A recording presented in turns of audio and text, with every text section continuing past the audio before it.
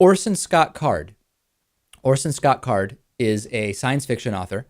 He wrote the book Ender's Game. It's a classic sci-fi book. I have read the book. I don't remember if I've recommended it in my book recommendations, but if not, it's a book I certainly would have been comfortable recommending because I do think that it is a very powerful book in a number of different ways, and it's an entertaining book as well. It turns out that Orson Scott Card is anti-gay, and now this is the subject of quite a bit of controversy. Back in 2009, he joined the board of the National Organization for Marriage, which, as we know, is a disgustingly anti-gay group.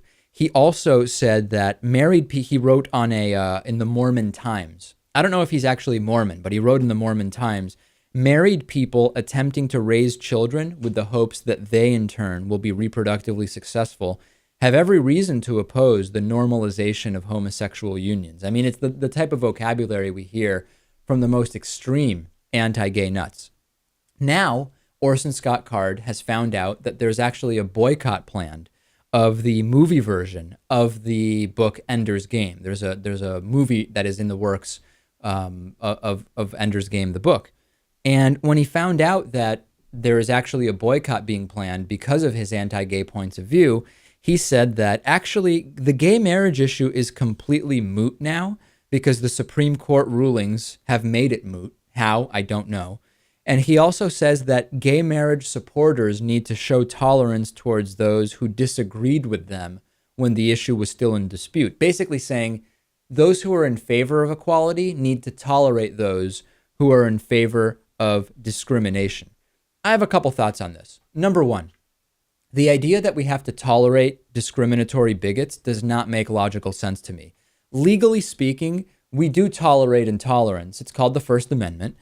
Orson Scott Card or whoever wants to can make whatever claims they want. They make whatever statements they want, but they are not free from the repercussions of bigoted speech. And we've talked about this when it came to Dr. Laura's N-word rant and how she thought because people didn't want to listen to her show anymore, that it was a violation of her First Amendment rights. It, of course, wasn't. It was just the repercussions of her exercising her First Amendment rights. So legally speaking, we already have tolerance of bigotry. That doesn't mean people need to tolerate discriminatory views by any means. Now, that doesn't mean you are intolerant by committing violence. Of course, we have laws and statutes that prevent that. But you can be against those points of view, and boycotting Orson Scott Card is absolutely within the realm of what would be normal to do. But I want to talk about the other thing, which is people have been asking me, given that a lot of people know about my somewhat, I don't want to call it extensive knowledge, but certainly I've read a lot of kind of classic science fiction books like Ender's Game. Does it make me revisit whether it's a good book or whether Orson Scott Card is a good writer? And I actually think of Fyodor Dostoevsky. Fyodor Dostoevsky was a known anti-Semite. That does not mean that his books are not worth reading or that his books are in some way not writing that is at the same level as it would be if we didn't know him to be an anti-Semite. I've read a bunch of Fyodor Dostoevsky. There is no question that when I read it, I am aware of the fact that he was an anti-Semite. I'm aware of that. But I don't think that that means that the literature is no longer worth consuming, although I could see people being so offended that they say, I don't want to read anything Orson Scott Card writes. And they're entitled to that. That's their prerogative. I'd have to agree with you.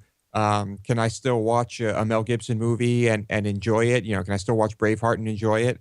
Yeah, I think I can. And, I've never read Mein Kampf, but I have to admit, I think it might be a fascinating read. So some people can separate those things, other people can't, and either way, that's okay, really. Yeah, although I have to admit, I don't watch any Mel Gibson stuff anymore just because the look of him, just his physical appearance and his physical presence makes me a little bit nauseous, but that's kind of to each his own.